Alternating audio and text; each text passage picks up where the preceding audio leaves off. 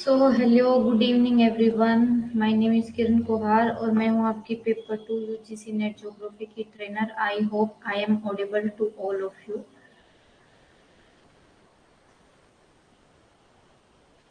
मेरी जो आवाज़ है, क्या मेरी आवाज़ सब तक जो साउंड है साउंड सबको क्लियर है? जल्दी से एक बार मेरे को बताओ। As I am audible to all of you.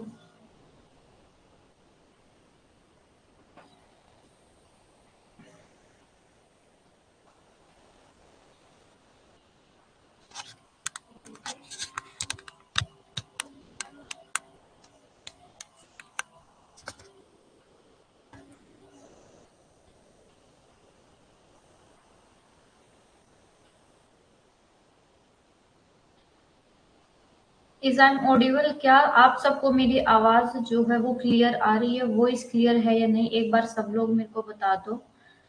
Comment box में मैसेज कर सकते हो। अब जो आपकी ऑडियो वीडियो क्लियर है या नहीं है।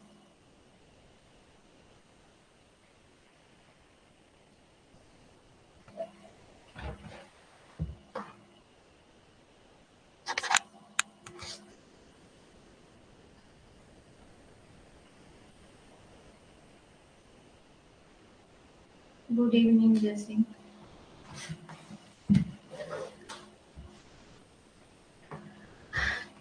तो 2-3 मिनट वेट कर लेते हैं और हम अपनी जो क्लास है वो शुरू करते हैं, क्योंकि आज मेरी तबीयत ठीक नहीं है। तो हमारी जो आज एक ही क्लास हो पाएगी, ये 6 बजे बाद सिर्फ यही क्लास होगी। बाद वाली क्लास नहीं है, क्योंकि मैं बिल्कुल मेरी तबीयत बिल्कुल भी ठीक नहीं है। बट फिर भी मेरे को लगा कि आप लोगों का दिन वेस्ट नहीं जाएगा, कम से कम एक क्लास है हम वो कर लेते हैं। कल पॉपुलेशन ज्योग्राफी को हम कंप्लीट कर देंगे, 3 वीडियो में हो जाएगा कंप्लीट। गुड इवनिंग विजय।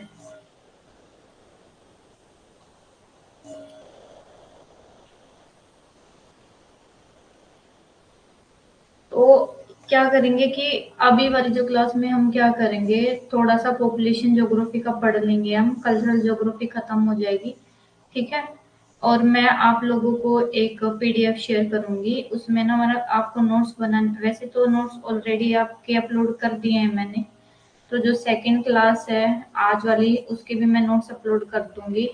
लेकिन पॉपुलेशन ज्योग्राफी का हम थोड़ा सा पढ़ेंगे, बाकी हम कल पढ़ेंगे, क्योंकि मैं पहले आपको बता चुकी हूँ कि आज मेरी तबीयत थोड़ी सी ठीक नहीं है। तो हम एक क्लास ही करेंगे, बाकी क्लास जो है वो कल करेंगे।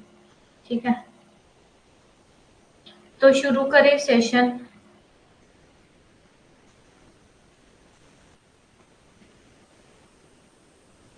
हम अपनी जो क्लास है वो शुरू करते हैं।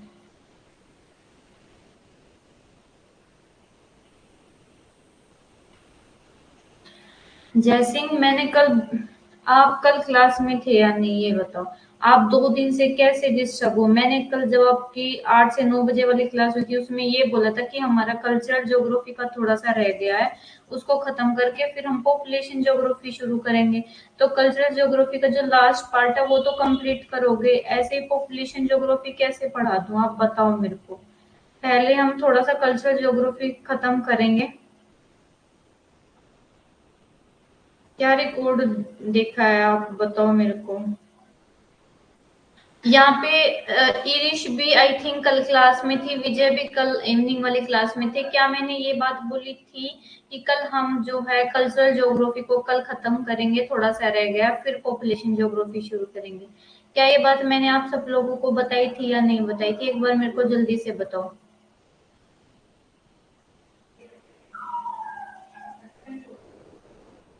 अरे जैसे ही मैंने बताया था कि मैं पहले कल्चरल ज्योग्राफी का हमारा थोड़ा सा टॉपिक रह गया, उसको पढ़ के ही हम खत्म करेंगे ना, उसके बाद ही जो पॉपुलेशन ज्योग्राफी है वो शुरू करेंगे। ये देखो इरिश भी क्लास में थी, वो भी बोल रही कि मैंने बोला था, क्योंकि मैंने बोला ही था।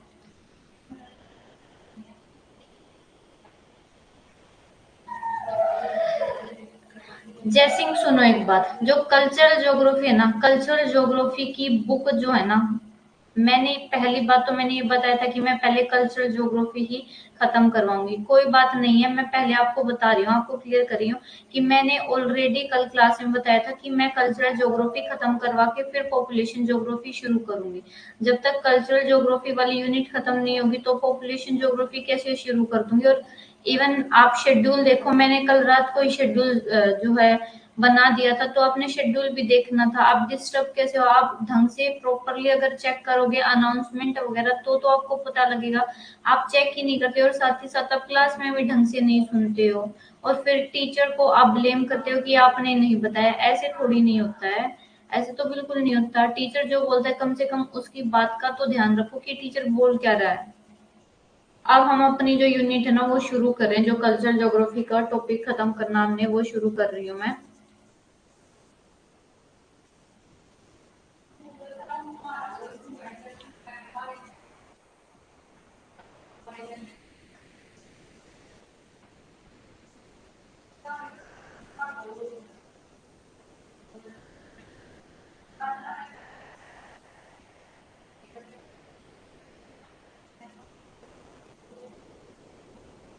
देखो, हमने क्लास में कल्चरल हेरिटेज कल पढ़ लिया था कि कल्चरल हेरिटेज क्या होता है। ठीक है। अब कल्चरल हेरिटेज के टाइप है। एक हमारा जो कल्चरल हेरिटेज है वो होता है टेंजिबल। टेंजिबल वो होते हैं जिसको हम छू सकते हैं, देख सकते हैं। जैसे कल्चरल हेरिटेज कहती है, देखो कल्चरल हेरिटेज मैंने बताया था जो हमें अपने पास्ट जनरेशन से मिलती है। ठीक है, यानी कि जो हमें हमारे पूर्वजों से मिलते हैं उसको हम बोलते हैं कल्चरल हेरिटेज। ये दो तरीके की होती है। टेंजिबल यानी कि हम मूर्त या भौतिक सांस्कृतिक विरासत, और इनटेंजिबल का मतलब होता है अमूर्त। ठीक है।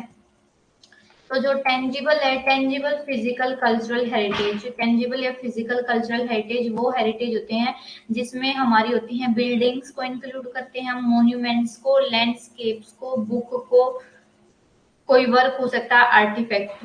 ठीक है, ये सारे वो एस्पेक्ट हैं जिनको हम देख सकते हैं, छू सकते हैं। तो ये आपको जो है ये लिस्ट प्रोवाइड की है किसकी, जैसे हमारा म्यूजियोलॉजी हो गया, archival science, conservation, art conservation, archaeological conservation, architectural conservation, film preservation. ठीक है, तो ये सारे किसके टाइप हैं? ये हमारे टेंजिबल कल्चरल हेरिटेज हैं। ठीक है, यानी कि टेंजिबल का होता है मूर्त या भौतिक सांस्कृतिक विरासत। इसमें हम क्या है, भवन को, स्मारक को, भूदृश्य, पुस्तक, इन सबको इंक्लूड करते हैं। ठीक है, उसके बाद है हमारा intangible cultural heritage. Intangible cultural heritage उन सोशल वैल्यूज को, ट्रेडिशन को, यानी कि हमारी जो सामाजिक मूल्य हैं, परंपराएं हैं, रीति रिवाज है और प्रथाएं, इनको शामिल करता है। क्योंकि जो हमारा इंटेंजिबल का मतलब होता है अमूर्त कल्चरल हेरिटेज, वो कल्चरल हेरिटेज होता है जिसको हम देख नहीं सकते, बस फील हो सकता है कि देखो पहले जो हमारा पास्ट जनरेशन में थी उसमें त्योहार ऐसे बनाए जाते थे, ऐसे रीति रिवाज से, फिर धीरे धीरे करके क्या उनमें ट्रेडिशन में चेंज आता है। तो ये क्या होते हैं, हमारे इंटेंजिबल कल्चरल हेरिटेज। ठीक है, इसमें हम क्या क्या, जैसे हमारा है लोकगीत, और हमारा ये सब किस में इंक्लूड करते हैं हम, लोकगीत वगैरह, यानी कि हमारा folklore, oral history and language preservation, मौखिक इतिहास और भाषा भाषा संरक्षण, ये सब किस में, हमारा इंटेंजिबल कल्चरल हेरिटेज में। एक होता है हमारा कल्चरल इकोलॉजी। कल्चरल इकोलॉजी क्या होता है, देखो जब मैन है ना, मैन, जब मैन इस फिजिकल, जो हमारा फिजिकल इन्वायरमेंट है, फिजिकल इन्वायरमेंट आप सबको पता है, फिजिकल इन्वायरमेंट में हम क्या क्या इंक्लूड करते हैं, पर्वत, पहाड़, पठार, और हमारा प्लेन, कोस्टल एरिया, ये सारा जो है हमारा फिजिकल, जो भी नेचर ने प्रोवाइड किया वो हमारा क्या है, फिजिकल इन्वायरमेंट है। जब मैन इस फिजिकल इन्वायरमेंट के साथ क्या करता है, अडेप्ट करने लग जाता है, उसके साथ अपना अनुकूल करने लगता है, तो उसको क्या बोलते हैं, cultural ecology. Cultural ecology is the study of human adaptation to social and physical environment. ठीक है, तो जो कल्चरल इकोलॉजी क्या होता है, कल्चरल इकोलॉजी में हम स्टडी करते हैं जब मैन अपने फिजिकल इन्वायरमेंट और सोशल इन्वायरमेंट के साथ क्या है, अनुकूल करने लगता है। ठीक है, इसके अध्ययन को कल्चरल इकोलॉजी करते हैं। ठीक है, human adaptation refer to both biological and cultural process that enable a population to survive and reproduce within a given or changing environment. यानी कि जो ह्यूमन का एडेप्टेशन का मतलब है कि जो ह्यूमन है ना, अपने जैविक और कल्चरल, जैविक और सांस्कृतिक दोनों जो इन्वायरमेंट है उनके साथ अनुकूलन करता है ताकि वो जी सके। और जब तक वो अडेप्ट नहीं करता ना अपने इन्वायरमेंट से, तो तब तक वो सरवाइव नहीं करता है। तो जो ह्यूमन है, जैसे अब हम जैसे इंडिया है, इंडिया के लोग अपनी जो यहाँ की क्लाइमेट और इन्वायरमेंट है उसके साथ अडेप्ट कर चुके हैं, उसके आदी हो चुके हैं। लेकिन अगर हम अमेरिका या यूरोप ऐसे कंट्री में चले जाते हैं तो वहाँ के इन्वायरमेंट चाहे सोशल हो फिजिकल हो, वहां पे क्या है, एडजस्ट करना और अडेप्ट करने में ही 3-4 साल हमारे क्या है लग जाते हैं। ठीक है, तो कल्चरल क्या इकोलॉजी क्या होती है, कल्चरल इकोलॉजी होती है जब एक ह्यूमन अडेप्ट करता है अपने सोशल और फिजिकल इन्वायरमेंट से। और ये जो क्वेश्चन, ये जितनी भी टर्म मैं बता रही हूँ ये आपके मैच द फॉलोइंग में आई हुई है। और कल मैंने है ना 2 क्वेश्चन सेंड किए थे ग्रुप में, आई होप आप सबने वो देख लिए होंगे।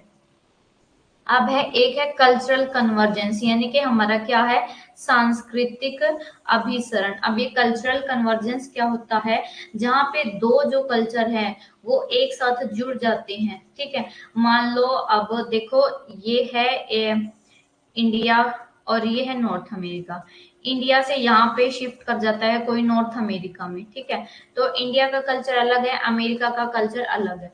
तो क्या होता है, इन दोनों कल्चर की क्या है, कन्वर्जेंस हो जाती है। दो संस्कृतियां जो है एक दूसरे की तरह अधिक क्या, जैसे जैसे हमारी बातचीत बढ़ती है, जैसे हम इंडिया है, इंडिया से जब अमेरिका में जाएंगे तो हमारी उनके साथ बातचीत बढ़ेगी। जैसे जैसे बातचीत बढ़ेगी हम उनके कल्चर को जानेंगे, वे हमारे कल्चर को जानेंगे, तो इससे क्या होता है, हमारे कल्चर का कन्वर्जेंस या मिलाव होता है। ठीक है, इसको क्या कहते हैं, हमारा cultural convergence. The cultures interact, culture एक दूसरे के साथ इंटरेक्ट करते हैं। जैसे जैसे इंटरेक्ट करते हैं इनकी वैल्यू जो होती है वो क्या होती है, शेयर होती है। उनकी आइडियाज, उनकी आइडियोलॉजीज, ये सब क्या होते हैं, उनके कस्टम एक दूसरे को प्रभावित करने लगते हैं। ठीक है, हम जितना अधिक कल्चर से, दूसरे कल्चर से इंटरेक्ट करते हैं, उतना ही हम एक दूसरे के कल्चर के बारे में जानते हैं, उनकी कला के बारे में, उनके बिहेवियर के बारे में, उनके रीति रिवाज के बारे में जानते हैं और एक दूसरे को क्या करते हैं, प्रभावित करते हैं। जैसे ग्लोबलाइजेशन है, यानी कि वैश्वीकरण। वैश्वीकरण ने क्या है, वैश्वीकरण ने दो जो कल्चर है, कल्चर को एक साथ लेके आया है। वैश्वीकरण किसको बढ़ावा देता है, हमारे कल्चर कन्वर्जेंस को। ठीक है, वैश्वीकरण किसको बढ़ावा देता है, ग्लोबलाइजेशन बढ़ावा देता है कल्चरल कन्वर्जेंस को। ये क्या है, लोगों को एक साथ लेके आता है और बढ़ावा देता है। ठीक है, क्या है, इसके जो ग्लोबलाइजेशन की वजह से क्या होता है, ग्लोबलाइजेशन की वजह से कल्चरल कन्वर्जेंस होता है।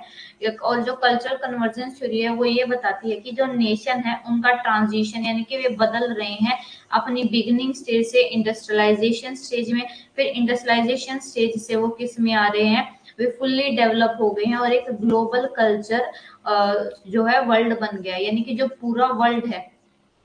अब ग्लोबलाइजेशन का मतलब क्या है, ग्लोबलाइजेशन का देखो, ग्लोबलाइजेशन में क्या होता है, यहाँ ग्लोबलाइजेशन का मतलब होता है कि एक मार्केट उपलब्ध हो जाती है जहाँ पे लोग क्या है, अपने एक दूसरे के क्या है विचारों को जो है पेश करते हैं, और साथ ही साथ उसमें विचार नहीं, उसमें हम सर्विसेज गुड वगैरह इन सब का सेल करते हैं। तो एक वैश्विक मार्केट है जिसकी वजह से क्या हो गया है, दो जो कल्चर है वो एक दूसरे के पास आए हैं। ठीक है, उसके बाद ये जो है आपका कल्चरल रियलम और कल्चरल हर्थ। देखो ये जो कल्चरल हर्थ है ना, ये आपके पेपर में आई हुई है ये क्वेश्चन। ठीक है, ये जो आपका 2021 अक्टूबर का जो पेपर था उसमें कल्चरल हर्थ की डेफिनेशन पूछी गई है। तो कल्चरल हर्थ क्या है, जहां से हमारा पर्टिकुलर कल्चर का अराइज हुआ है या अरोजन हुआ, जहां से शुरुआत हुई है। जैसे आपने सभ्यता पढ़ी होगी, हमारी हड़प्पा सभ्यता, मेसोपोटामिया सभ्यता, मिस्र सभ्यता। तो जहां से उनका ओरिजिन होती है, ओरिजिन से वो क्या है, चारों तरफ फैल जाती है। तो कल्चरल हर्ट का मतलब है ओरिजिन ऑफ कल्चर, जहां से हमारी संस्कृति का ओरिजिन हुआ है या वे अरोज हुई हैं। याद रखना, ओरिजिन से रिलेटेड हमारे कल्चरल अर्थ, इस ओरिजिन को क्या बोलते हैं, कल्चरल अर्थ, और अपने ओरिजिन से ये क्या है, चारों तरफ फैल जाती है। ठीक है। उसके बाद हमारा कल्चरल रियलम, तो मैंने बता दिया कल्चरल रियलम, मैंने कल ही बता दिया था। कल्चरल रीजन और रियलम मैंने बताया था। कल्चरल रियलम क्या होता है, एक कल्चरल रियलम एक ज्योग्राफिकल रियल रीजन होता है जहाँ पे जो कल्चरल ट्रेट है उनमें क्या है, होमोजेनिटी यानी कि समानता मिलती है। यानी कि ये पूरा रीजन है, इसमें क्या है, सभी जो कल्चरल ट्रेट है, चाहे आपका खाना है, चाहे उसमें आपके एजुकेशन है, चाहे उसमें आपके कस्टम्स है, ट्रेडिशंस है, ये सब क्या है, सेम है, होमोजेनिटी है, डिफरेंस नहीं। इसको बोलते हैं कल्चरल रियलम। जो हियरार्की है वो याद रखना, सबसे पहले है हमारा ट्रेट, ट्रेट के बाद है हमारा दूसरा कौन सा है, ट्रेट के बाद है हमारा एरिया, सॉरी ट्रेट के बाद हमारा कल्चरल कॉम्प्लेक्स, कल्चरल कॉम्प्लेक्स के बाद हमारा कल्चरल क्या है, रीजन, सॉरी सबसे पहले हमारा ट्रेड, ट्रेड के बाद कॉम्प्लेक्स, कॉम्प्लेक्स के बाद अगर एरिया दे रखा है तो पहले एरिया आएगा, एरिया के बाद रीजन आएगा, और रीजन के बाद आएगा आपका रियलम।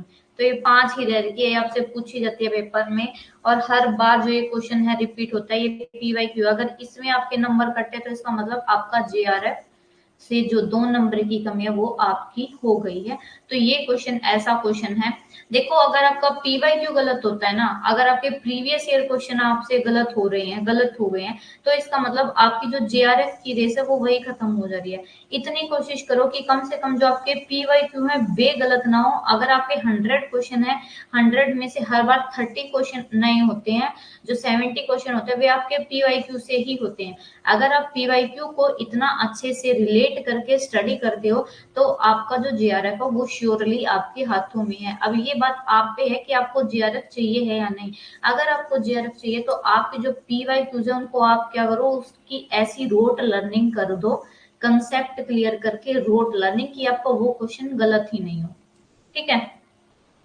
तो अब एक टॉपिक था हमारा सोशल ज्योग्राफी में, मेडिकल टूरिज्म इन इंडिया। ठीक है, यानी कि हमारा क्या है, भारत में चिकित्सा जो पर्यटन है।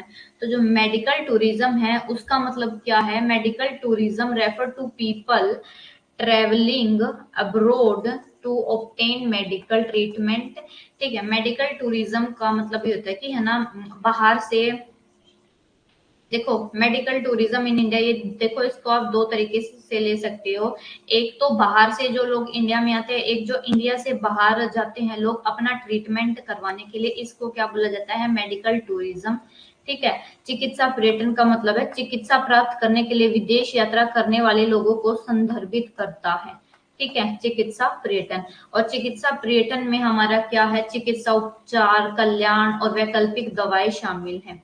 अतीत में जो विदेश से लोग आयुर्वेद के माध्यम से उन्हें ठीक करने के लिए भारत आते थे।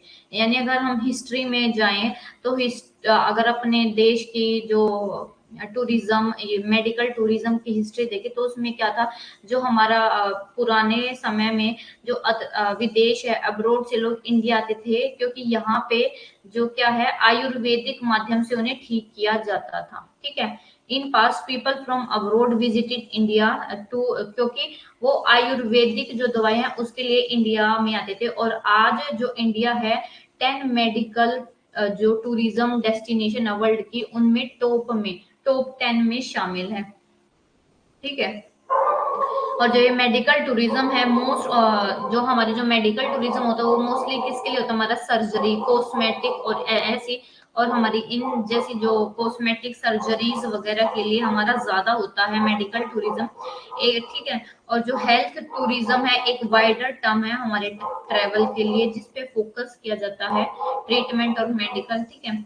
और ये क्या है, एक जो हमारा हेल्थ टूरिज्म है वो क्या है, वो ज्यादा वाइड एरिया को कवर करता है। ठीक है। उसके ये तो है हमारा हेल्थ, भारत में चिकित्सा पर्यटन की जो इंडिया है, इंडिया टॉप 10 में, दुनिया के टॉप 10 देशों में से एक है। ठीक है। उसके बाद है हमारा जो इंडिया का जो मेडिकल टूरिज्म है, एक जो इंडिया का मेडिकल टूरिज्म है वो ग्रोइंग सेक्टर है इंडिया का। ठीक है, और ये इंडिया की इकोनॉमी में क्या कर रहा है, सपोर्ट कर रहा है, और India is becoming the second medical tourism destination. Thailand के बाद इंडिया सेकंड टूरिज्म डेस्टिनेशन है, मतलब कि जो बाहर है, अब्रोड है, अब्रोड से सबसे ज्यादा जो हमारे मेडिकल टूरिज्म है उसके लिए लोग सबसे पहले थाईलैंड में आते हैं, थाईलैंड के बाद जो है इंडिया। और जो चेन्नई है ना, ये याद रखने क्वेश्चन पूछा गया है, Chennai is regarded as India's health city. Chennai को इंडिया की हेल्थ सिटी बोला गया, क्यों? क्योंकि 45% हेल्थ टूरिस्ट को क्या करते हैं, अपनी तरफ अट्रैक्ट करते हैं। ठीक है, और देखो 45% तो हमारे बाहर से लोग आते हैं और 40% हमारे खुद की कंट्री, हमारे खुद की जो कंट्री इंडिया, उसके अंदर से डोमेस्टिक हेल्थ टूरिस्ट चेन्नई आते हैं इलाज करवाने के लिए। इसलिए चेन्नई को क्या बोला जाता है, इंडिया की हेल्थ सिटी। ठीक है, इंडिया का जो मेडिकल टूरिज्म सेक्टर है उसने जो ग्रोथ है, एनुअल ग्रोथ रेट है 30% थी हमारी 2012 में, जो कितना बिलियन डॉलर, 2 बिलियन जो डॉलर है उसमें इसने क्या किया, योगदान दिया 2015 तक। लेकिन अगस्त 2019 तक जो इंडियन गवर्नमेंट है उसने अब इजी बना दिया फॉरनर के लिए मेडिकल ट्रीटमेंट को रिसीव करना। क्योंकि कई बार क्या होता है, जो हमारा जैसे वो वीजा अप्लाई करते हैं तो उसमें क्या था, वीजा अप्लाई करने के लिए उनको टाइम लगता है। लेकिन अब इंडियन गवर्नमेंट ने क्या किया कि जो वीजा है ना, विदाउट वीजा भी वे क्या है, इंडिया में जो बाहर के लोग हैं वो आ सकते हैं मेडिकल ट्रीटमेंट के लिए। ठीक है, तो जो ये इनिशिएटिव है इंडियन गवर्नमेंट का, वो क्या करता है, उसने जो इंडिया की मेडिकल टूरिज्म मार्केट है उसको $9 बिलियन तक पहुंचा दिया 2020 तक। ठीक है, अब क्या है, India is because it has 38 hospital accredited by joint commission international. तो याद रखना, चेन्नई को हेल्थ सिटी बोला जाता है इंडिया की। 45% बाहर से लोग इलाज करवाने के लिए रखते हैं, 40% लोग डोमेस्टिक जो इलाज है वो करवाते हैं। ठीक है, तो ये मैंने आपको बता दिया। और भारत में चिकित्सा जो पर्यटन एक उभरता हुआ क्षेत्र है, चेन्नई भारत का स्वास्थ्य शहर के रूप में जाना जाता है। भारत में 45% टूरिस्ट बाहर से आते हैं, 40% घरेलू होते हैं।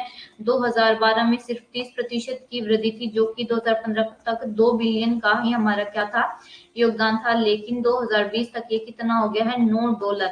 क्योंकि अब 2015 के बाद गवर्नमेंट ने क्या किया कि जो वीजा लगवाने में बाहर के जो अब्रोड से जो इलाज करवाने के लिए थे तो उनको क्या है, वीजा में समय लग जाता था।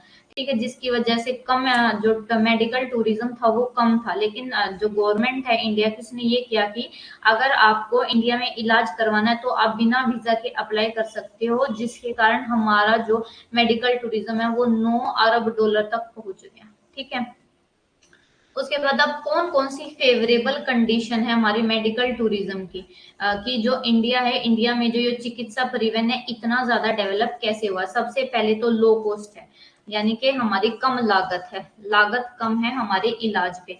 अगर मैं बाहर अब्रोड की बात करूं तो अब्रोड में जो हमारे हेल्थ पर जो पैसा खर्च होता है इंडिया के कंपैरिजन में बहुत ज्यादा है। बाहर के लोग इसलिए इंडिया में आके इलाज कराते हैं क्योंकि यहाँ पर उनको जो जो इलाज है, इलाज कराने के लिए जो उनका पैसा खर्च होता है वो क्या होता है, कम होता है। और ये बहुत सारी स्टडी ने शो किया कि जो हेल्थ केयर है इंडिया का वो 65 से 90 पर जो है परसेंट, 65 to 90% मनी को क्या करता है, सेव करता है, अगर हम यूनाइटेड स्टेट्स की बात करें। ठीक है, उसके बाद हमारा world class service and care. दूसरा है जो हमारा इंडिया ना, विश्व स्तरीय सेवा और देखभाल, यानी कि जो भारत के डॉक्टर है ना वो बहुत ज्यादा सर्वश्रेष्ठ हैं हमारे वर्ल्ड पे, क्योंकि वो ऐसी फैसिलिटी प्रोवाइड करवाते हैं सभी लोगों को कि हमारा जो है, जो हमारे यूएस जैसी कंट्री है उन जैसा ही इलाज भारत में मिल रहा है, वो भी सस्ते दामों पर। तो हमारा जो इंडिया है, इंडिया क्या कर रहा है, वर्ल्ड क्लास सर्विस और केयर प्रोवाइड कर रहा है। दूसरा, ये टाइम को सेव, समय बचाता है। ठीक है, तीसरा जो मेडिकल वीजा है उसकी आसान प्रक्रिया है, जो टाइम है वो सेव करता है, इजी प्रोसेसिंग है मेडिकल वीजा का। दूसरा, यहाँ पे सिर्फ हमारा क्या है, अगर सिर्फ डॉक्टर की बात नहीं करूँ तो डॉक्टर के अलावा भी हम यहाँ पे ऑल्टरनेटिव ट्रीटमेंट दी जाती है, आयुर्वेदिक ट्रीटमेंट है, योगा है, होम्योपैथी है, ये सब भी इंडिया में जो ट्रीटमेंट है वो दी जाती है। और attraction of incredible in India, ठीक है, क्या है, अतुल्य भारत का क्या है, आकर्षण बना है। जो इनक्रेडिबल इंडिया है वो किस, जो मेडिकल टूरिज्म है, मेडिकल टूरिज्म के लिए जो इनक्रेडिबल इंडिया वो क्या है, एक अट्रैक्शन का कारण बना है।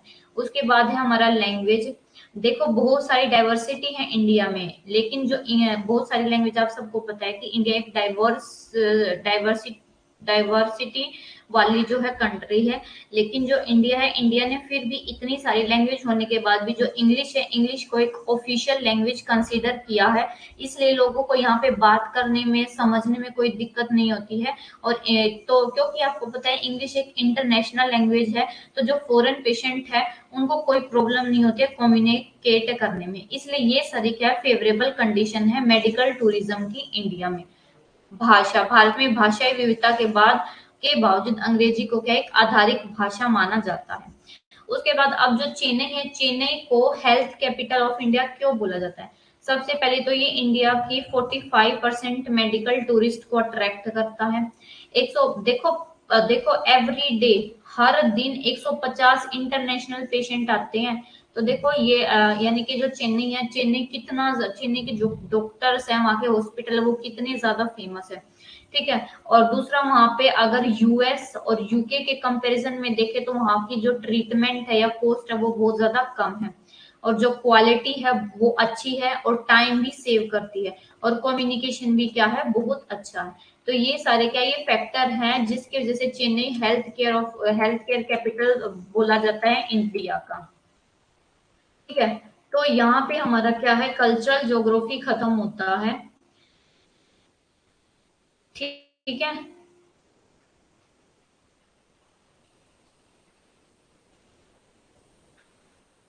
तो ये हो गया आपकी कौन सी ये आपकी कल्चरल ज्योग्राफी खत्म हो गया। अब हम जो है पॉलिटिकल ज्योग्राफी को शुरू करते हैं एक बार।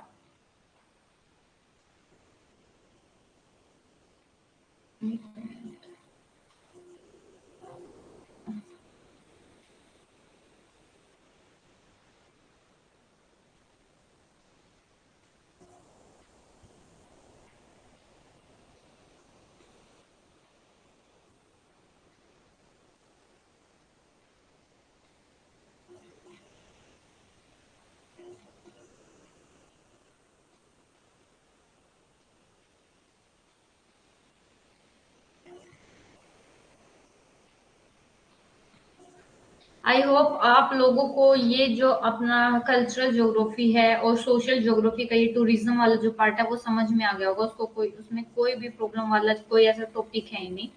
अब हम अपनी जो नेक्स्ट यूनिट है वो शुरू करते हैं। अब हम पॉपुलेशन ज्योग्राफी पढ़ने जा रहे हैं। ठीक है।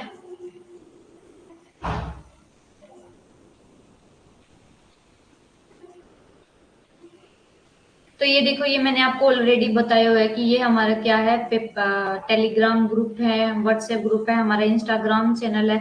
आप इससे जुड़ सकते हैं ताकि आपको जो पेपर है, पेपर एग्जाम की रिगार्डिंग लाइव अपडेट मिलता रहे। ये पेपर 1 पेपर 2 आपको दोनों अवेलेबल है हमारी ऐप पे, फिलअप फॉर्म ऐप पे। ठीक है। और उसके बाद आप फिलअप फॉर्म ऐप यूट्यूब जो सॉरी प्ले स्टोर से डाउनलोड कर सकते हो। और आपको अगर सब्सक्रिप्शन लेना तो आप किरण 10 कूपन कोड यूज कर सकते हो ताकि आपको क्या है 10% डिस्काउंट मिले। उसके बाद ये फिलअप फॉर्म ऐप है जिसपे आपको पेपर 1 पेपर 2 दोनों अवेलेबल है। नोट्स आपको प्रोवाइड किए जाते हैं, पीवाईक्यू दिए जाते हैं और मॉक टेस्ट भी। उसके बाद ये देखो, ये हमारा जियोमॉर्फोलॉजी कंप्लीट हो गया, क्लाइमेटोलॉजी कंप्लीट हो गया, ओशनोग्राफी कंप्लीट हो गया, कल्चरल सोशल और पॉलिटिकल ज्योग्राफी कंप्लीट हो गया। अब जो हम कर रहे हैं अपनी ये 5th यूनिट कर रहे हैं जिसमें हमारा पॉपुलेशन और सेटलमेंट ज्योग्राफी हम पढ़ेंगे। ठीक है। तो पॉपुलेशन ज्योग्राफी के ये हमारे टॉपिक है, जल्दी से इनको क्या है हम कवर करेंगे। सबसे पहला है हमारा पॉपुलेशन ज्योग्राफी के बारे में बात करते हैं। तो जो पॉपुलेशन ज्योग्राफी है कि हमारी एक मेजर ब्रांच है किसकी, ह्यूमन ज्योग्राफी की। ठीक है। याद रखना कि जो किसकी ब्रांच है, हमारी ह्यूमन ज्योग्राफी। आपसे ये भी पूछा जा सकता है कि जो जनसंख्या भूगोल है वो मानव भूगोल की एक प्रमुख शाखा है। इसमें मानव आबादी ही शामिल है। इसमें मानव की आबादी, उसका वितरण, आयु, संरचना, घनत्व, विकास और लिंग अनुपात, प्रवासन, व्यावसायिक संरचना आदि और उनकी बस्तियां, ये सारी चीजें क्या है, शामिल है। किसकी ब्रांच है, ह्यूमन ज्योग्राफी की। और क्या है, ह्यूमन, इसमें हम क्या क्या कंसिस्ट करते हैं, क्या क्या कंसिडर कर सकते हैं? ह्यूमन पॉपुलेशन का डिस्ट्रीब्यूशन, कहाँ पे कितनी पॉपुलेशन है, उसकी एज स्ट्रक्चर, यानी कि किस एज में कितनी पॉपुलेशन है, डेंसिटी, ग्रोथ, और sex ratio, migration, occupational structure और उनकी सेटलमेंट पैटर्न, इन सब की क्या है हम स्टडी करते हैं। ये याद रखना कि जो फर्स्ट सेंसस है in British India was done in, पहला सेंसस कब हुआ था? 1872 में। किसके टाइम पे? फर्स्ट सेंसस 1872 में हुआ था, लॉर्ड मायो के टाइम में। ठीक है, लेकिन जो ये 1872 का जो हमारा सेंसस था ना, वो सक्सेसफुल नहीं था, क्योंकि उस टाइम पे हमारा जो असम कंट्री है और कुछ कंट्री है, उसका डाटा जो है कलेक्ट नहीं हो पाया था, क्योंकि उस टाइम पे इतने सारे हमारे पास टेक्निकल ऑप्शन नहीं थे।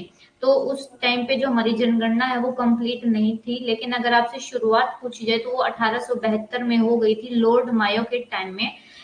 ठीक है, बट इन 1881, 1881 में एक कंप्लीट अच्छी तरीके से जो हमारा है एक हर इंटरवल पर क्या है शुरू हो गई थी 1881 में।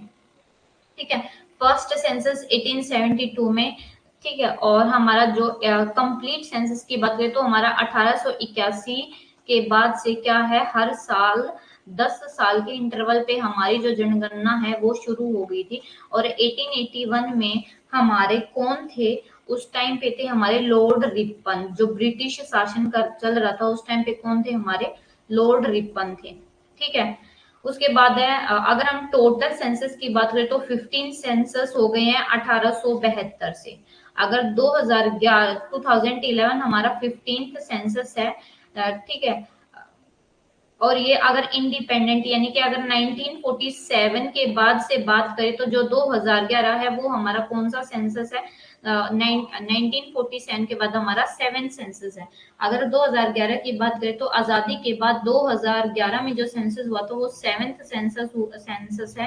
ठीक है, और अब आपका जो 2021 में सेंसस अभी तक जो है जारी नहीं किया गया, वो कौन सा है? वो आपका 8 सेंसस होगा आजादी के बाद, और 16th सेंसस होगा 1872 से। ठीक है, और और ये कौन सा है? ये जो हमारा 2011 का सेंसस है वो कौन सा सेंसस है? 21 सेंचुरी का सेकंड सेंसस है। और जो 2021 में होगा आया या अभी आएगा जो होगा वो कौन सा होगा? वो थर्ड सेंसस होगा।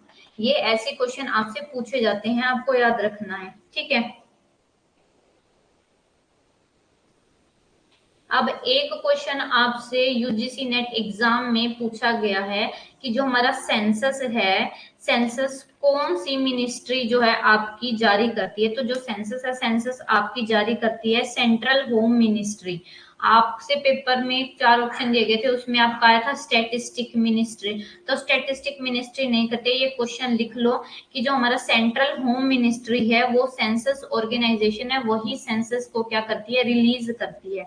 सेंट्रल होम मिनिस्ट्री के अंडर ही सेंसस ऑर्गेनाइजेशन आती है। ठीक है, अगर हम ये सेंसस का जो हमारी सेंसस ऑर्गेनाइजेशन, अगर इसका हाईएस्ट ऑफिसर की बात करें तो वो कौन सा है? हमारा जो है रजिस्ट्रार जनरल ऑफ इंडिया। ठीक है, ये है हमारा। अब देखो, अगर आप ये मैंने आपको बता दिया, हिंदी में भी देख लो कि 1872 में कौन था? 1872 थे हमारे लॉर्ड मेयो के समय में की गई थी।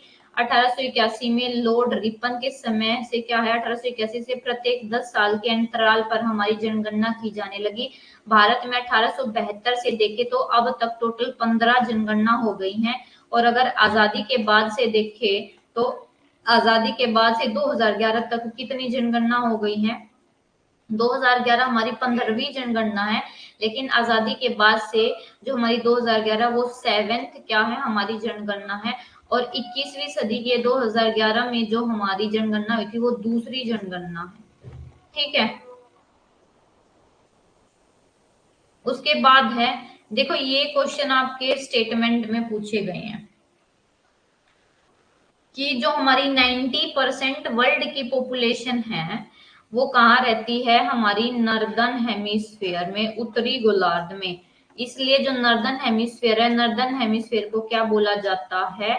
नर्दर्न हेमिस्फीयर को बोला जाता है हमारा लैंड हेमिस्फीयर भी बोला जाता है। ठीक है। जो 90% वर्ल्ड की पॉपुलेशन है वो नॉर्दर्न हेमिस्फीयर में रहती है, और 10% आपकी जो वर्ल्ड पॉपुलेशन है वो कहाँ रहती है, हमारे सदर्न हेमिस्फीयर में। आप इसका जो आंसर है वो क्या दे सकते हो, जो हमारा नॉर्दर्न हेमिस्फीयर है या उत्तरी गोलार्ध है उसको क्या बोला जाता है, लैंड हेमिस्फीयर, क्योंकि उत्तरी गोलार्ध में लैंड पार्ट है वो ज्यादा है, इसलिए हमारी जो 90% पॉपुलेशन है वो कहाँ लीव करती है, उत्तरी गोलार्ध में। और 10% हमारी सदर्न हेमिस्फीयर है, क्योंकि वहां पे पानी की अवेलेबिलिटी ज्यादा है, इसलिए सदर्न हेमिस्फीयर को हम क्या बोलते हैं, वाटर हेमिस्फीयर, और इसलिए वहां पे पॉपुलेशन क्या है, कम है। ये आपसे रीजन असर्शन में क्वेश्चन पूछा जा सकता है। ठीक है। उसके बाद है हमारा जो 60% वर्ल्ड की पॉपुलेशन है, 60% वर्ल्ड की पॉपुलेशन है वो 200 मीटर से कम ऊंचाई वाले एरिया पे रहती है। ठीक है। 60% पॉपुलेशन 200 मीटर से कम ऊंचाई वाले भाग पर रहते हैं। अब ये जो पॉपुलेशन है, पॉपुलेशन कहाँ पे कम होगी कहाँ पे ज्यादा होगी, ये कुछ फैक्टर इसको इन्फ्लुएंस करते हैं, जैसे क्लाइमेट। अगर जैसे आपको पता है आर्कटिक और अंटार्कटिक का जो क्लाइमेट है वो कैसी है, बहुत ज्यादा कोल्ड क्लाइमेट है, वहां पे पॉपुलेशन क्या है, बहुत ही कम है, ना मात्र के बराबर है वहां पे पॉपुलेशन, क्योंकि क्लाइमेट ऐसा नहीं है। तो जो फैक्टर इन्फ्लुएंस करते हैं, देखो ये याद रखने आपने, ये फैक्टर आपसे स्टेटमेंट में दे दिया जाएंगे और पूछा जाएगा कि जो हमारे पॉपुलेशन है, पॉपुलेशन के वितरण को इनमें से कौन से कारक प्रभावित करते हैं। तो क्लाइमेट इफेक्ट करता है, टोपोग्राफी ऑफकोर्स इफेक्ट करती है, जैसे हमारा पहाड़ी रीजन है, पहाड़ी रीजन पे आपके देखो जो पॉपुलेशन है वो कम मिलेगी, लेकिन जो प्लेन एरिया वहां पे आपकी पॉपुलेशन ज्यादा है।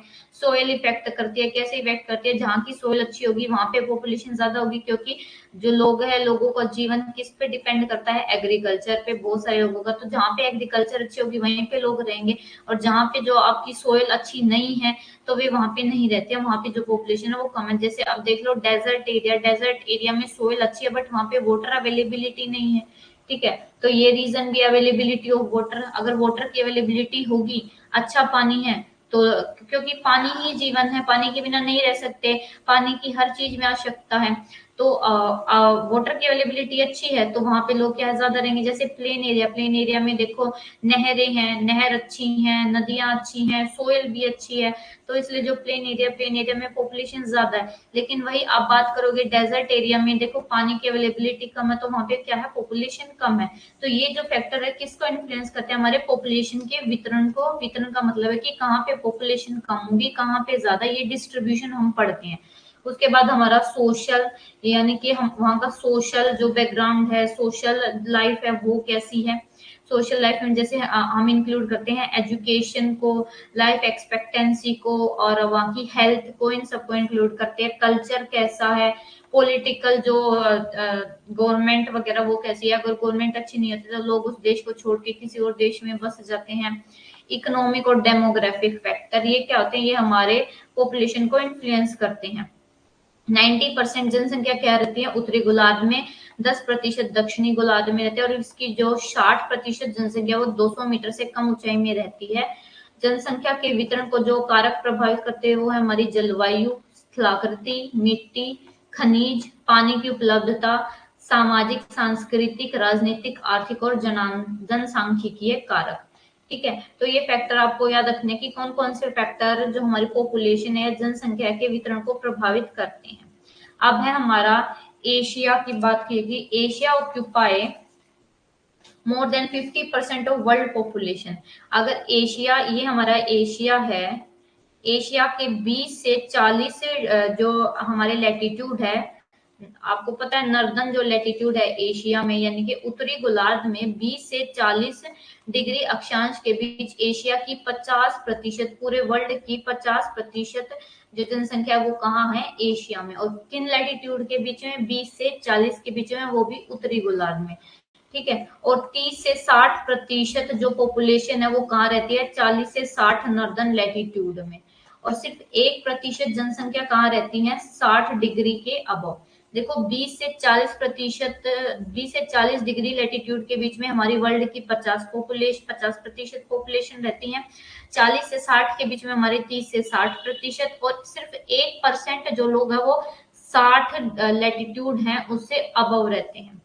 उसके बाद about 50% of world population live on less than 5% of land. ये कह रहे हैं कि 50% से कम जो पॉपुलेशन है, 50% जो वर्ल्ड की पॉपुलेशन है वो 5% से कम लैंड पर रहती है। यानी कि ये 5% लैंड है, इस 5% से कम लैंड पर हमारे 50% वर्ल्ड की पॉपुलेशन रहती है। और 55 से 60% हमारा total area of continent is habitable of ecumene. ठीक है, यानी कि हमारा 55 से 60% ये हमारा टोटल कॉन्टिनेंट है, या मान लो ये सारे कॉन्टिनेंट है, उसका जो 100% है, 100% में से जो 55 से 60% जो एरिया है ना कॉन्टिनेंट का, वो हैबिटेबल है, यानी कि रहने लायक है। अब हमारी ये जो कंट्रीज की जो मैं सीरीज बताऊंगी आपको याद रखनी है, ये पेपर में ऐसे के ऐसे आपसे पूछी जाती है। ठीक है, ये मैंने आपको बता दिया। एशिया में 20 से 40 उत्तरी अक्षांशों के बीच 50% से अधिक जनसंख्या बसी हुई है। ठीक है, और यूरोप में दुनिया की 30 से 60% आबादी कहाँ रहती है, 40 से 60 के बीच, और 60 से ऊपर सिर्फ 1% जनसंख्या रहती है। और विश्व की लगभग 50% जो जनसंख्या वो 5% से कम भूमि पर निवास करती है। और महाद्वीपों के कुल क्षेत्रफल का 50 से 60% रहने योग्य है। यानी कि 50 से जो कॉन्टिनेंट है, कॉन्टिनेंट का सिर्फ 60% हिस्सा रहने योग्य है, 40% क्या है, रहने लायक नहीं है, वहां पे लोग नहीं रहते हैं। अब ये जो आपको जो कॉन्टिनेंट है ये किसके अकॉर्डिंग दिया गया, ये देखो इसकी हेडिंग यहाँ पे है, लिस्ट ऑफ 7 कंट्री कॉन्टिनेंट, किसके अकॉर्डिंग, पॉपुलेशन के अकॉर्डिंग। ये आपको याद रखनी है। देखो पॉपुलेशन, एरिया, डेंसिटी और वर्ल्ड पॉपुलेशन में शेयर, ये आपसे क्वेश्चन पूछे जाते हैं। आपसे स्टेटमेंट वाइज क्वेश्चन दे दिया जाएगा कि जो एशिया है, एशिया का वर्ल्ड पॉपुलेशन में 17% शेयर है। तो अगर आपको याद होगा तो आप कह दोगे ये स्टेटमेंट गलत है, क्योंकि एशिया का कितना परसेंट शेयर है, 59। ऐसे टेबल से इस तरीके से स्टेटमेंट वाइज क्वेश्चन आते हैं। तो देखो अगर ऊपर से नीचे चलोगे तो जो पॉपुलेशन है वो कम होती जाएगी। तो सबसे ज्यादा पॉपुलेशन किस कॉन्टिनेंट की है, एशिया की, एशिया के बाद अफ्रीका की, अफ्रीका के बाद यूरोप की, यूरोप के बाद नॉर्थ अमेरिका, नॉर्थ अमेरिका के बाद साउथ अमेरिका, फिर ऑस्ट्रेलिया और अंटार्कटिका। ऐसे के ऐसे याद रखने हैं। ठीक है, ये देखो, अगर आप ये सीरीज याद कर लेते हो, आपको ये सीरीज याद रखनी है और इसका वर्ल्ड पॉपुलेशन शेयर, अगर आपको सिर्फ ये भी याद रहता है और फर्स्ट दो का ये याद रख लेना, बाकी का आप अंदाजा भी लगा सकते हो। ठीक है, तो और ये डेंसिटी भी आपको याद रखनी है। ये डेंसिटी किस कॉन्टिनेंट की कितनी डेंसिटी है, एशिया की डेंसिटी है 150, और अफ्रीका की है 45, यूरोप की है 34, नॉर्थ अमेरिका की 28, साउथ अमेरिका की 25, ऑस्ट्रेलिया की 5 और अंटार्कटिका की 0। ठीक है, उसके बाद अगर वर्ल्ड पॉपुलेशन में शेयर देखा जाए, मान लो ये पूरा वर्ल्ड है, इस पूरे वर्ल्ड में जो 59% पॉपुलेशन है वो किसकी है, एशिया की। फिर 17% पॉपुलेशन किसकी है, अफ्रीका की। फिर इस 100 में से 9% है यूरोप की, 7% है किसकी, नॉर्थ अमेरिका की। फिर इसमें से 5% है साउथ अमेरिका की, 0.55% है ऑस्ट्रेलिया की, और 0.0% किसकी है, हमारे अंटार्कटिका की।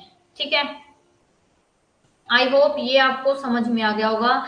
इसको आपको असेंडिंग डिसेंडिंग में दोनों तरीके से पूछ सकते हैं। टेबल आपको असेंडिंग डिसेंडिंग में क्वेश्चन लगाने को आ सकते हैं कि आपको ये कॉन्टिनेंट दिए गए हैं, इन कॉन्टिनेंट को पॉपुलेशन के अकॉर्डिंग डिसेंडिंग ऑर्डर में लगाओ। तो आप कैसे लगाओगे डिसेंडिंग ऑर्डर, यानी कि सबसे ज्यादा पॉपुलेशन का, सबसे ज्यादा पॉपुलेशन है एशिया की, फिर है अफ्रीका, फिर है यूरोप, उसके बाद है north America, south America, Australia और अंटार्कटिका। ऐसे ही आपको डेंसिटी से दे दिया जाएगा कि इन कॉन्टिनेंट को डेंसिटी में डिसेंडिंग ऑर्डर में लगाओ। तो डेंसिटी में आप कैसे लगाओगे, सबसे ज्यादा है डेंसिटी एशिया की, फिर है Africa, Europe, north America, south America, Australia और अंटार्कटिका। ठीक है, ऐसे ही फिर आपको वर्ल्ड पॉपुलेशन शेयर में पूछ सकते हैं। तो आपको ये तीनों चीज, कॉन्टिनेंट की सीरीज डिसेंडिंग ऑर्डर में कर लो या असेंडिंग ऑर्डर में, या तो छोटे से बड़ा या बड़े से छोटा, कैसे भी याद रख लो। मेरी मानो तो डिसेंडिंग ऑर्डर में याद रखना। ठीक है, उसके बाद आप देखो सबसे ज्यादा पॉपुलेशन है एशिया में। ठीक है, एशिया के बाद है अफ्रीका में, अफ्रीका के बाद है यूरोप में, यूरोप के बाद है नॉर्थ अमेरिका, नॉर्थ अमेरिका के बाद साउथ अमेरिका, उस बाद है ऑस्ट्रेलिया, ऑस्ट्रेलिया के बाद है अंटार्कटिका। आप मैप से याद रख लो। ठीक है, ऐसे ऐसे ऐसे ऐसे ऐसे, ठीक है, कि एस बन जाएगा। देखो मैं मैप से याद करती थी हमेशा, यहाँ से हमारी गाड़ी शुरू हुई, यहाँ पे आके फिर अफ्रीका गई, अफ्रीका से यूरोप, यूरोप से नॉर्थ अमेरिका, फिर साउथ अमेरिका गई, फिर साउथ अमेरिका से ऑस्ट्रेलिया आई, ऑस्ट्रेलिया से अंटार्कटिका। देखो एक तरीके से अगर आप देखोगे तो एस बन रहा है ये, ठीक है। तो आप इसको क्या है ऐसे याद रख सकते हो इस टेबल को। उसके बाद है अब हमारी कौन सी कंट्री की लिस्ट है। अब कंट्री की लिस्ट है उनके एरिया के अकॉर्डिंग, कि कौन सी ऐसी कंट्री, कंट्री की सबसे बड़ी जो कंट्री है, कंट्री के साइज के अकॉर्डिंग की सबसे बड़ी कंट्री कौन सी है, फिर उससे छोटी। टोटल एरिया में हम क्या इंक्लूड करते हैं, टोटल एरिया उसमें हम उसका लैंड एरिया और वाटर बॉडी, यानी कि उस जो कंट्री, उस कंट्री में लेक, रेजर्वे और रिवर, इन सब को इंक्लूड किया जाता है, ठीक है। तो अब हम कंट्री को पढ़ेंगे उनके, यानी कि कौन सी कंट्री एरिया के अकॉर्डिंग सबसे बड़ी है। तो सबसे बड़ी कंट्री आप सबको पता है रशिया है, ठीक है। रशिया का परसेंटेज आपको याद रखनी है, percentage of total land mass, ठीक है, ठीक है। उसके बाद है हमारा, रशिया के बाद है कनाडा, कनाडा के बाद हमारा चाइना, ठीक है। Russia, Canada, China, United state, Brazil, Australia, India, Argentina, ठीक है। ऐसे ही इसको क्या करोगे, डिसेंडिंग ऑर्डर में याद करोगे। सबसे बड़ा एरिया किसका है, रशिया। कौन सी कंट्री का है सबसे बड़ा एरिया, सबसे बड़ा एरिया है रशिया का। रशिया के बाद है कनाडा का, कनाडा के बाद है चाइना का, चाइना के बाद है यूएस का, यूएस के बाद है ब्राजील, ब्राजील के बाद ऑस्ट्रेलिया, ऑस्ट्रेलिया के बाद इंडिया, इंडिया के बाद अर्जेंटीना। याद रखना, ठीक है। ये क्वेश्चन आपसे पूछा जाएगा, ये क्वेश्चन आपसे पूछे जाते हैं। और इनका जो परसेंटेज है वो भी याद रखना। कैसे दे दिया जाएगा, आपसे पूछा जाएगा कि जो चाइना है, चाइना का अगर पूरे परसेंटेज पूछा जाए लैंड मास में तो वो 6.1% है। अगर आपको याद होगा तो आप क्या है कर लोगे कि हाँ ये स्टेटमेंट ठीक है, लेकिन अगर आपको याद नहीं होगा तो क्या है ये स्टेटमेंट आपका गलत हो जाएगा। तो आपको क्या याद रखना है, इनको सीरीज में याद रख लेना, ठीक है, बड़े से छोटा, ठीक है। यानी कि ऐसा, इसकी जो ट्रिक है ना कंट्री की याद करने की, वो है RCCUBAIA, रकू भैया, ठीक है। इसको आप ऐसे याद रख सकते हो। इनका जो फर्स्ट फर्स्ट वर्ड है ना उसको याद कर लो, रकू, रकू भैया, ठीक है, रकू भैया, ऐसे याद कर सकते हो। आपको क्या है इजीली याद हो जाएगा। और इनका जो परसेंटेज है उसको रिवाइज कर लेना। अब ये है हमारे रिलीजियस ग्रुप पूरे वर्ल्ड में, ठीक है। तो सबसे ज्यादा पूरे वर्ल्ड में कौन सा धर्म माना जाता है, क्रिश्चियन। क्रिश्चियन के बाद हमारा माना जाता है इस्लाम। उसके बाद हमारे हैं अनएफिलेटेड, यानी कि ये वो ग्रुप है जिसमें जो लोग कोई धर्म नहीं मानते हैं, ठीक है, अनएफिलेटेड। उसके बाद है हमारा, मतलब कि जो अनएफिलेटेड है ये कोई ऑफिशियल जो ग्रुप है, रिलीजियस ग्रुप है, वो नहीं है इसमें। उसके बाद हमारे हिंदू 15, उसके बाद है हिंदू, हिंदू के बाद है बुद्ध, बुद्ध के बाद हमारे फोक रिलीजन, फिर है अदर रिलीजन, ठीक है। तो ये पूरा वर्ल्ड के अकॉर्डिंग है, इंडिया के अकॉर्डिंग नहीं है। अभी पहले वर्ल्ड के अकॉर्डिंग पढ़ो, इंडिया के अकॉर्डिंग हम बाद में पढ़ेंगे, ठीक है। ये थोड़ा सा है, अब इसको क्या है आपको याद रखना है। अब ये हमारी कौन सी कंट्री है, ये है हमारी कंट्री क्रिश्चियन, यानी कि ये वो कंट्री है जिनमें क्रिश्चियन की जो परसेंटेज है या क्रिश्चियन है वो सबसे ज्यादा मिलते हैं, ठीक है। तो सबसे ज्यादा क्रिश्चियन हमारे कहाँ मिलते हैं, वेटिकन सिटी में। याद रखना इनको भी, आपसे पूछे जा सकते हैं। वेटिकन सिटी में सबसे ज्यादा क्रिश्चियन, फिर हमारे Romania, Papua New Guinea, Tonga, Timor Leste, Armenia, Namibia, ठीक है। तो ये क्या है, ये आपको करंट डेटा 2023 के अकॉर्डिंग आपको क्या है याद रखना है। ये क्या है, इसका चार्ट है। क्रिश्चियन कहाँ पे क्रिश्चियन ज्यादा है, कहाँ पे क्रिश्चियन की जो परसेंटेज है वो कम है, ठीक है। उसके बाद है मुस्लिम पॉपुलेशन। देखो सबसे ज्यादा मुस्लिम है अफगानिस्तान में, फिर Albania, Algeria, American Samoa, Andorra और अंगोला। ये याद रखने हैं। सबसे ज्यादा हमारे जो मुस्लिम है, मुस्लिम हमारे अफगानिस्तान, अफगानिस्तान के बाद हमारे अल्बानिया, अल्बानिया के बाद अल्जीरिया, फिर अमेरिकन समोआ, अंडोरा, अंगोला, ठीक है। तो आपकी जो क्लास है वो यहीं तक है। आज हमने जो पॉपुलेशन ज्योग्राफी है, पॉपुलेशन ज्योग्राफी का इतना ही पढ़ना है।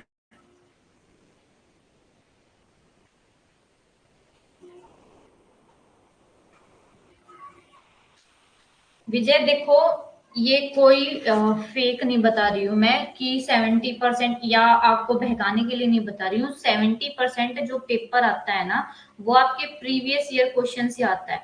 अगर आप प्रीवियस ईयर क्वेश्चन अच्छे से सोल्व करके जाते हो ना, अगर अभी भी आप पढ़ाई के साथ साथ प्रीवियस ईयर क्वेश्चन सोल्व करोगे ना, तो जो मेरे नोट्स हैं उसमें भी आपको प्रीवियस ईयर क्वेश्चन दिख जाएंगे कि हाँ ये क्वेश्चन यहाँ से है, ये क्वेश्चन यहाँ से है। आपको प्रीवियस क्वेश्चन इस तरीके से सोल्व करने हैं कि आपका जो एक भी क्वेश्चन है वो गलत ना हो। ठीक है, अगर प्रीवियस ईयर क्वेश्चन से क्वेश्चन गलत होता है ना, इसका मतलब आप जेआरएफ रेस आपकी वहीं खत्म हो जाती है। प्रीवियस ईयर क्वेश्चन खत्म, गलत नहीं होने देना है। चाहे बेशक से आपके देखो 100% आते हैं, मैं बता रही हूँ 100% में से 50 मान लो, 50 से 70 जो क्वेश्चन होते हैं वो पुराने ही होते हैं।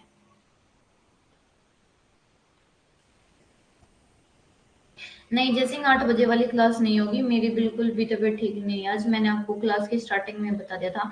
हाँ इदिश, मैं जो बता रही हूँ इसको करते जाओ, और साथ साथ आप जो पीवाईक्यू है, पीवाईक्यू के लिए मैंने आपको ऑलरेडी ऐप बता रखी है। अगर उस ऐप से क्वेश्चन करोगे तो आपका नेट जेआरएफ दोनों निकल जाएगा, इतना हार्ड नहीं है। ठीक है, तो अब देखो कल हमारी 3 क्लास पॉपुलेशन, 3 से 4 क्लास में जो पॉपुलेशन ज्योग्राफी है वर्ल्ड की, इंडिया की, वो खत्म हो जाएगी। ठीक है, उसके बाद फिर सेटलमेंट ज्योग्राफी करते हैं। तो हमारी 3 क्लास जो सेटलमेंट ज्योग्राफी है उसमें लग जाएगी, फिर ये यूनिट खत्म हो जाएगी। ठीक है, तो 8 तारीख तक। हाँ सफिशियंट है वो ऐप, उस ऐप से ही कर लो क्योंकि उसमें सारे प्रीवियस ईयर क्वेश्चन हैं। ठीक है, कोई और आपको करने की जरूरत नहीं है, बस आपकी जो स्टडी है वो स्टडी, जो आपको नोट्स दिए गए उनको अच्छे से याद करो। और मैंने अपने नोट्स भी आपको अपलोड कर दिए हैं कि क्या क्या आपको याद करना है।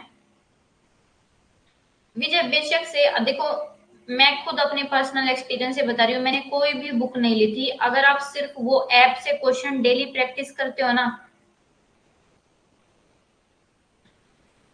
जो आप ये, हाँ जैसिंग देखो, बुक बहुत मोटी है, लेकिन वो सारा हमारा मैटर जो है नेट में नहीं आता है। नेट में सब कुछ नहीं पूछा जाता, जो सिलेबस में ना बस वही पढ़ना है।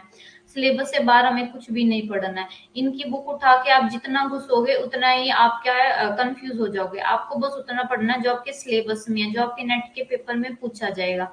ठीक है, और विजय प्रीवियस ईयर की कोई बुक, देखो मैं पर्सनल एक्सपीरियंस से बता रही हूँ, कोई बुक लेने की जरूरत नहीं है। अगर आपको, आप उस ऐप से रेगुलर क्वेश्चन सोल्व करते हो, देखो उसमें हर जो सब्जेक्ट है ना उसकी हिंदी और इंग्लिश दोनों में क्या दिए गए हैं, क्वेश्चन दिए गए हैं। जो जियोमॉर्फोलॉजी, अब जब आप वर्ल्ड पे क्लिक करते हो ना सबसे लास्ट वाले ऑप्शन पे, तो उस वर्ल्ड में जियोमॉर्फोलॉजी के क्वेश्चन अलग 10 क्वेश्चन होते हैं। अगर आप बैठे बैठे 10 क्वेश्चन भी सोल्व कर देते हो ना, तो आपकी प्रैक्टिस हो जाती है और आपको पता लगता है। और अब फिर जब आप नोट्स पढ़ते हो ना, तो आपको ये पता लगता है कि हाँ देखो नेट प्रीवियस ईयर क्वेश्चन में ये आया हुआ है। फिर आप उस इंपॉर्टेंट को अंडरलाइन कर लो कि ये तो मैं हर बार रिवाइज पढ़ के जाऊंगा ही जाऊंगा। आप जब साथ साथ पीवाईक्यू सोल्व करोगे ना, तब आपको क्या इंपॉर्टेंट का पता लगेगा, ऐसे नहीं पता लगेगा कि जो मैं बता रही हूँ। जब आप पीवाईक्यू देखोगे ना, तो पीवाईक्यू में जो जो क्वेश्चन आपका रिपीट हो रहा है, जो जो क्वेश्चन आ रहा है ना, उसको अपने नोट्स में अंडरलाइन कर लिया करो, जहां जहां मैंने लिखवा रखे है वो बात। ठीक है, तो चलो अब हम कल मिलेंगे। कल हमारी तीनों क्लास होंगी। ठीक है, कल मिलते हैं। आज के लिए आपका इतना ही होगा, आपकी कल्चरल ज्योग्राफी खत्म हो गई है। अब कल से हम पॉपुलेशन पढ़ेंगे। अब मैं पहले ही बता रही हूँ जैसे कल हम पॉपुलेशन ज्योग्राफी पढ़ेंगे। ठीक है, पॉपुलेशन ज्योग्राफी का अभी हम वर्ल्ड के बारे में पढ़ेंगे, थ्योरी पढ़ेंगे। तो मिलते हैं कल, तब तक के लिए आप सब रिवाइज करें और अपने नोट्स बनाएं। Thank you so much.